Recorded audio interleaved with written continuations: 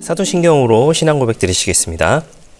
전능하사 천지를 만드신 하나님 아버지를 내가 믿사오며 그 외아들 우리 주 예수 그리스도를 믿사오니 이는 성령으로 잉태하사 동정녀 마리아에게 나시고 본디오 빌라도에게 고난을 받으사 십자가에 못 박혀 죽으시고 장사한 지 사흘 만에 죽은 자 가운데서 다시 살아나시며 하늘에 오르사 전능하신 하나님 우편에 앉아 계시다가 저리로서 산 자와 죽은 자를 심판하러 오시리라. 성령을 믿사오며 거룩한 공회와 성도가 서로 교통하는 것과 죄를 사하여 주시는 것과 몸이 다시 사는 것과 영원히 사는 것을 믿사옵나이다. 아멘. 함께 은혜 나눈 하나님의 말씀 요한복음 14장 8절 말씀입니다. 요한복음 14장 8절 말씀입니다. 말씀을 읽어드리겠습니다. 빌립이 이르되 주여 아버지를 우리에게 보여주옵소서 그리하면 족하겠나이다. 아멘. 네, 오늘 저는 이제 주님의 당부 이제 두 번째로 좀 이어가 보도록 하겠습니다. 예수님께서는 이제 제자들을 두셨죠. 예. 12제자, 우리가 잘 알고 있는 그 12제자를 이제 예수님께서 두시게 됐는데, 그 중에 이제 예수님의 제자였던 이제 빌립이 묻습니다. 하나님을 좀 보여주세요. 라고 이야기를 하죠. 하나님을 보여달라고 하는 말은 어떻게 보면 너무나도 당연한 말일지도 모르겠어요. 저도 어렸을 때 그런 생각을 많이 했습니다. 하나님께서 그냥 딱 하고 나타나셔가지고, 그냥 내가 하나님이다 라고 공표를 하신다면, 그 하나님의 모습을 보고 많은 사람들이 하나님을 믿지 않을까라는 그런 생각을 하게 되었었어요. 물론 이것에 대한 제 개인적인 견해가 있습니다만은 어디까지나 지극히 개인적인 견해이기 때문에 사실은 이 자리에서 말씀드릴 부분은 아니다라는 생각은 하게 됩니다. 한 가지만 정확하게 말씀을 드리자면 그 모든 것이 다 하나님의 사랑 안에 있다라고 하는 거는 제가 말씀드릴 수 있을 것 같아요.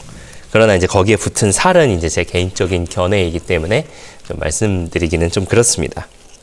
어찌됐든 하나님께서는 저와 여러분을 사랑하시죠. 하나님께서는 당연히 저와 여러분을 사랑하셨기 때문에 누구를 보내주셨습니까? 바로 예수님을 보내주셨습니다.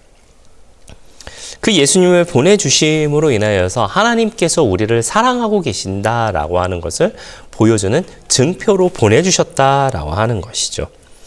그리고 이 질문에 대해서 예수님께서는 아주 간결하게 대답을 하십니다. 9절 말씀에 뭐라고 대답하시냐면 예수께서 이르시되 빌립아 내가 이렇게 오래 너희와 함께 있으되 내가 나를 알지 못하느냐 나를 본 자는 아버지를 보았거늘 어찌하여 아버지를 보이라 하느냐라고 이렇게 말씀을 하고 계시죠.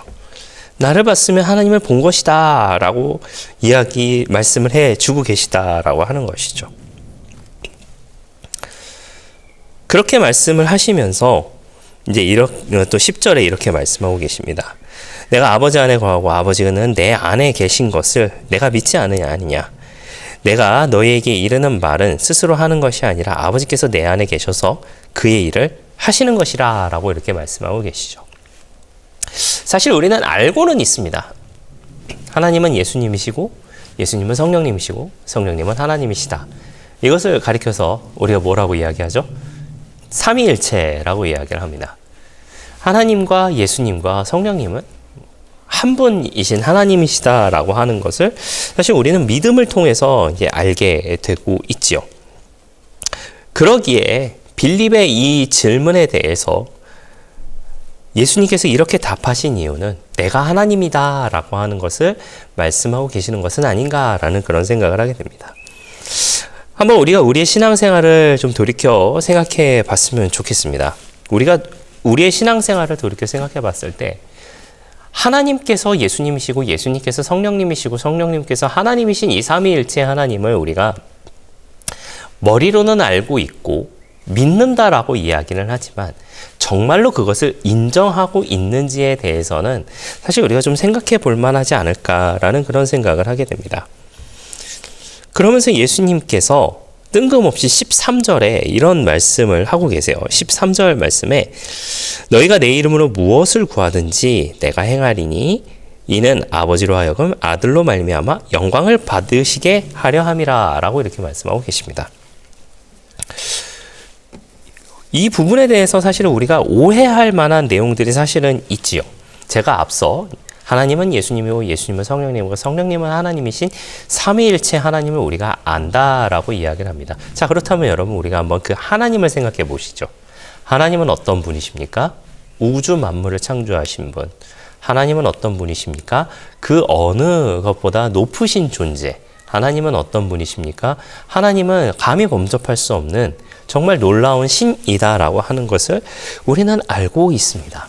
자, 그렇다면 여러분, 우리는 그 예수님을 또 어떻게 인정하고 있나요?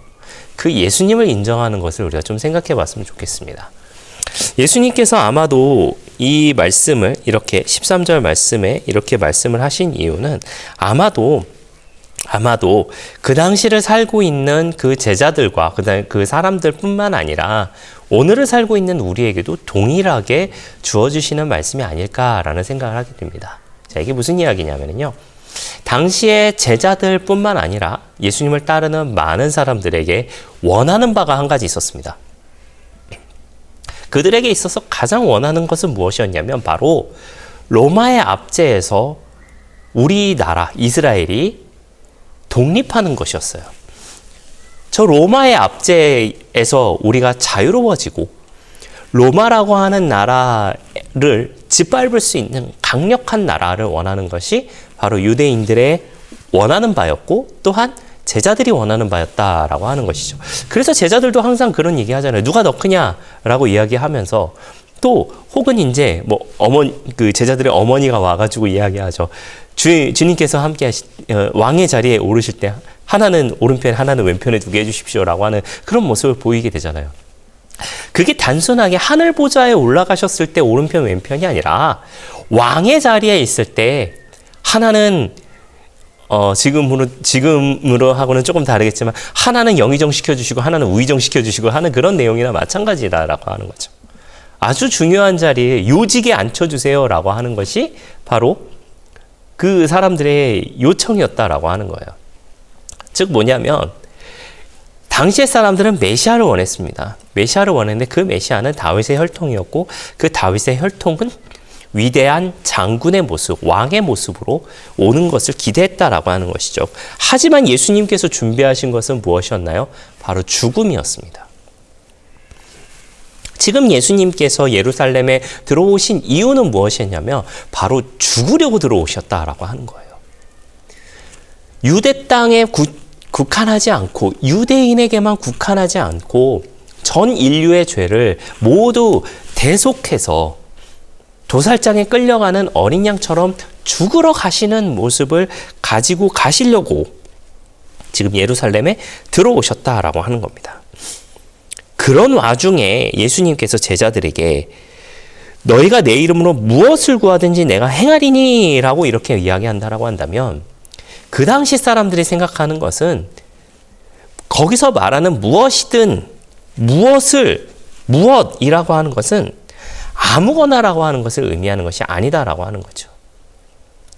내가 영의정을 하기 원합니다. 좌의정을 하기 원합니다. 우의정을 하기 원합니다. 뭐 지금으로 치면은 뭐 총리를 하기 원합니다. 국방부 장관을 제가 하게 해주십시오. 아니면 뭐 높은 자리에 있는 어떤 장관을 내가 하게 해주십시오라고 이야기하는 것이 원하는 그 당시 사람들의 제자들의 원하는 바이지 않았을까라는 생각을 하게 됩니다. 오늘을 살고 있는 우리는 어떤가요? 우리는 매일같이 기도를 합니다. 저도 기도를 하며 살아가고 있는데 솔직히 제 요즘의 기도는 뭐 가족 기도밖에 없는 것 같습니다. 제 개인적인 기도요. 제 개인적인 기도는 가족 기도밖에 없는 것 같다라는 그런 제가 제 기도를 돌이켜 생각해 봤을 때 그거밖에 없는 것 같은데요. 중요한 것은 무엇이었냐면 기도라고 하는 것은요, 여러분. 자신의 욕심을 위해서가 아니라 하나님의 뜻에 따라 그분의 영광을 위해 해야 한다라고 하는 그런 말입니다. 그래서 늘 내가 하나님 뜻에 맞게 사는지 돌아봐야 하는 것입니다. 그에 대한 말씀으로서 예수님께서 15절에 이렇게 말씀하고 계십니다. 너희가 나를 사랑하면 나의 계명을 지키리라. 그리고 23절과 24절에 이렇게 말씀하고 계세요. 예수께서 대답하여 이르시되 사람이 나를 사랑하면 내 말을 지키리니 내 아버지께서 그를 사랑하실 것이요 우리가 그에게 가서 거처를 그와 함께 하리라. 나를 사랑하지 아니하는 자는 내 말을 지키지 아니하나니 너희가 듣는 말은 내 말이 아니요 나를 보내신 아버지의 말씀이니라 라고 하면서 하나님 아버지를 보여달라고 하는 빌립의 대답에 나를 사랑하는 사람들은 내 말을 지키는 것이고 그 내 말을 지키는 사람은 그것은 내 말이 아니라 하나님의 말이기 때문에 즉 뭐냐면 하나님을 볼 수 있는 사람은 주님의 말씀을 지키는 사람이고 그 주님의 말씀을 지키는 사람은 주님을 사랑하면서 그 사랑을 또한 전파하며 살아가는 사람이야말로 하나님을 볼 수 있는 사람이다라고 하는 것을 지금 예수님께서는 말씀하고 계시는 것이 아닌가라는 생각을 하게 됩니다.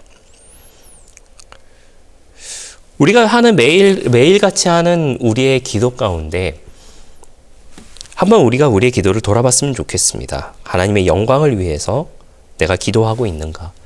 제가 자주 하는 표현이 있죠. 저와 이제 함께 신앙생활을 오래 하셨으니까 제가 자주 하는 표현 중에 하나가 예수님을 우리가 금나와라 뚝딱 도깨비 멍망이로 우리가 생각하고 있지는 않나요? 나의 필요를 주셔야만도 아니죠. 나의 필요를 채워줘야만 하는 존재로 우리가 예수님을 생각하고 있지는 않으신가요? 이 사순절의 시간을 우리가 이렇게 보내면서 예수님을 금나와라 뚝딱 도깨비 멍망이가 아니라 나를 위해 대신 피를 흘리시고 대신 죽으시고 고통받으신 그 예수님의 모습을 우리가 다시 한번 기억하면서 예수님의 말씀을 지켜 행하며 살아갈 때에 하나님 아버지를 볼 수 있다라고 하는 그 사실을 우리가 또한 기억하시는 저와 여러분들 되시기를 예수님의 이름으로 부탁을 드리겠습니다. 우리는 또한 그것을 위하여서 성령의 충만함을 간구해야만 합니다. 이 이야기는 내일 이어가도록 하겠습니다. 기도하고 마치겠습니다. 좋으신 아버지 하나님 감사합니다. 저희를 주님의 자녀 삼아주시고 또 함께 예배드리게 하시니 감사를 드립니다. 예수님을 하나님으로 인정하는 우리가 되게 하여 주시옵소서. 말로는 예수님을 하나님이시다라고 이야기하지만 우리의 마음은 그렇지 아니할 때가 혹시 있지는 않았는지요. 원하건대 우리가 예수님을 하나님으로 인정할 때에 하나님의 말씀을 지켜 행하게 살아가야 해주시고 그 말씀을 지켜 행하며 살아갈 때에 아버지를 보며 아버지께 영광 돌리며 살아가는 우리 모두의 넉넉한 신앙의 모습 다 되게 하여 주시옵소서. 감사를 드리며 예수님의 이름으로 기도했습니다. 아멘. 주기도문으로 마치겠습니다. 하늘에 계신 우리 아버지여, 이름이 거룩히 여김을 받으시오며 나라가 임하시오며 뜻이 하늘에서 이루어진 것 같이 땅에서도 이루어지이다.